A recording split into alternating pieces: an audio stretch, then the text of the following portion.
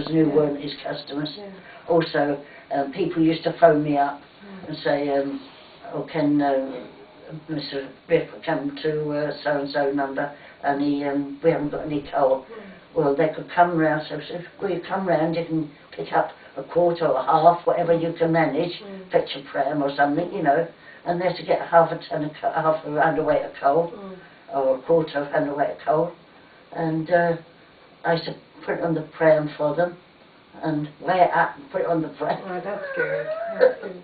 And what about when you had the shop? Would you say that affected the community as well? Yeah, Something like it did? Yeah, well, it served the children, you Yeah. see. Apart from when the people who had the shop, they didn't think you could do anything much there. On the shelf, one box of chocolates on each shelf, sort of thing. Yeah. And the time we finished in that shop, I mean, we had boxes of chocolates all the way around. Wow. I had a window full of toys. Yeah.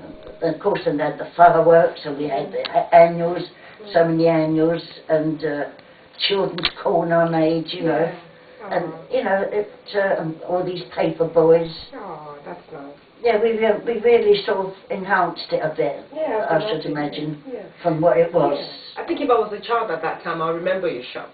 Do you? I think so. If I wasn't around here, I just thought. Oh, yeah. From how you describe your shop, it sounded like something children would have loved to come into. Yeah. Well, yeah, it does. To spend their pocket money. Yeah, that's right. Well, the mothers used to allow them sort of pennies and twopence and threepences, and they knew that if they could come in the shop and get something for that money. Oh. You know, just give them a little bag and say, well, there's 4 of them for a penny and 2 of them for halfpenny sort of thing, you know, that kind of thing. Put them in a little bag and give them a little bag, and they were happy. And just finally, before we finish, how did your work make you feel? How did your work make you feel? How did work make me feel? Just generally. Any of the jobs or all of the jobs? Or? I don't know. It was just something you knew you had to do. I mean, you fetch your children up, and I think fetching the children up today is different to what we fetched our children up. Yeah. I think my children have earned respect from them. Yeah. I mean, things like sitting around the table to eat your meals. Yeah. Please now leave the table when they're finished. Yeah. That kind of thing. Yeah. I don't think the children today do this kind of thing.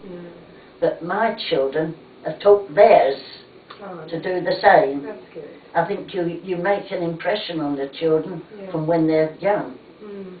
And they come down there now. I mean, I had them down day before yesterday. I was looking after their dog for them while they went to see the tournament. And they're not allowed to leave the table, even in here. You know. That's good. Yeah, and they respect you. They say, "Oh, thank you for the dinner, Nanny," and that kind of thing. You know. That's nice. Yeah. Common courtesy, isn't it? Yeah. Oh yeah. Yeah, respect. Yeah, I think it says a lot for children when if they are fetched up properly to do their manners. Yeah. Yeah. I can imagine. So, who did you ever have anyone look after your children though, while you did all these various jobs that you did? I had somebody look after children. I'm just wondering, how did you balance all the jobs you did with, you know, having children? You had 4 children. Well, as I say, in the beginning, I had my mother-in-law for a little while. Yeah. And that's why I've had so many jobs. Yeah. And after that, it was when I was getting a little bit bigger. Yeah. I never had nobody to look after them. Yeah. I would imagine the older ones looked after the younger ones because there was quite a gap, wasn't there? Not so, no, because Kenny went to university. Billy was at work. Yeah. So the 2 little ones, I used to look after them in the shop until this lady come down now and again. She wasn't a regular looking after. Like, she didn't come down to help me in the shop like regularly. It was only while they were very tiny, more or less, you know. She used to love the children, but not a good influence on them, I don't think. But what did she do? You got to tell us about that now. one of the little ones was under the table. And as I walked by, he swore. He was got the blacking out and the black trying to clean his shoes. And he swore as I walked by. I said, I can't get this so-and-so blacking on the shoes. I said, what? You knew exactly I knew where you heard that from. I knew where it came from. Oh, it's so nice. It's so I nice. said, you mustn't say words like that. It's crosswords. Oh, wow. Crosswords. And did you grow up going to church at all? What did you do with the children? I never had children. Yeah, I didn't. As I say, Sunday afternoon was the only respite I had in that shop Wow. for 7 years. Wow. So, And what did you do after the shop though? You said you had the shop for 7 years. And then what did I? after the shop? Oh, we came here. Mm. We went to because the lease had run it out. Mm. Well, actually, it didn't run. It had another 7 years to go. Yeah. I had a 14-year lease on it. But I had another 7 years to go. But they were pulling them down the street, demolishing all the houses and that round. Wow. So it was. On that road, what road was that again? The road where the shop? What then? The road, yeah, the road where the shop was. What? Where Lindsay Street. Yes, yes. In Lindsay Street, yeah. And all them little houses, they were pulling them all down, and they were putting them in flats or whatever, you know. What year was this again when you had the shop? What? What year?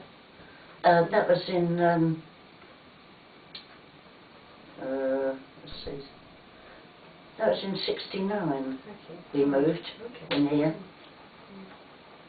Yeah, '69, because I had another 7 years to do, and I said to the people who owned the shop, who got the lease from Rolls Estate, Yeah. I said to them, well, they're pulling all the things down. I said, all these houses down. Yeah. I think we're going to call it a day now. Yeah. He said, well, I'd say so. He said, but don't call it a day yet. I can offer you a house if you want a house. Mm. He said, but because you'll have to get some compensation for that extra 7 years. Yeah. You've still got to run. Yeah. So we that was in '69. The council gave us this house. Oh, that's good. So this is where we stayed until he died in '74. Wow. Wow. What an amazing. So I've had to experience doing work in here. Yeah.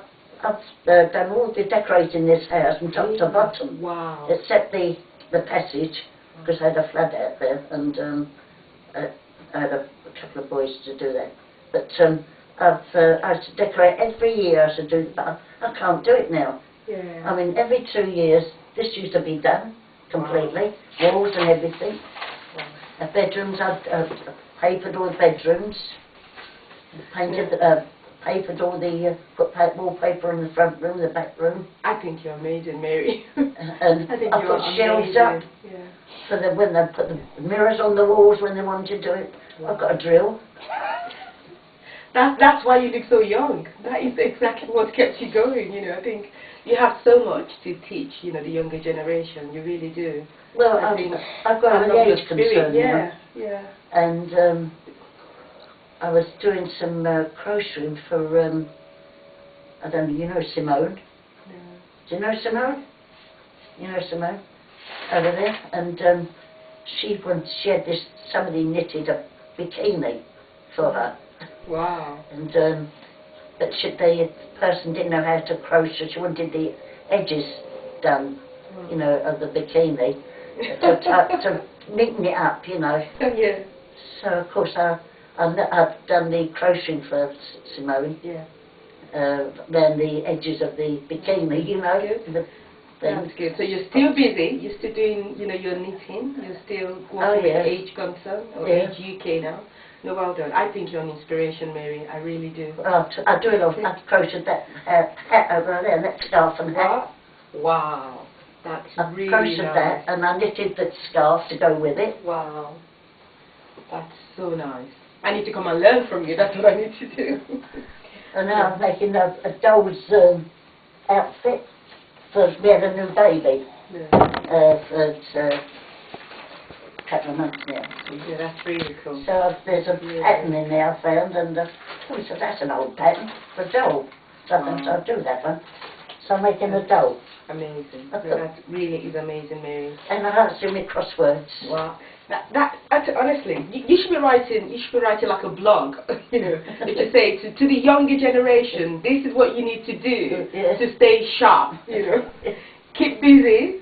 Do your own decoration in your house. Knit and do your crochet and do crosswords and just keep busy. Yeah, and you would live a long, healthy life like you have. It's been. I don't eat any fancy foods. I just do ordinary foods what I was brought up with, you know. Honestly. I mean, we have so much we can learn from your generation. I'm doing my own cooking. Yeah. My son only comes down Thursday for his mackerel pie. I'm sure he does. I wouldn't blame him. I'll come down on Thursday for your apple pie from what you've told me. No, it's been amazing, Mary. Thank you very much for your time. I think, just before you stop, I just want to do what I should have done at the beginning, Mary, if you don't mind. I'm just going to ask you some questions, you know, and you just need to, you know, answer them if that's okay. So, my name, as I said earlier, is Kenny.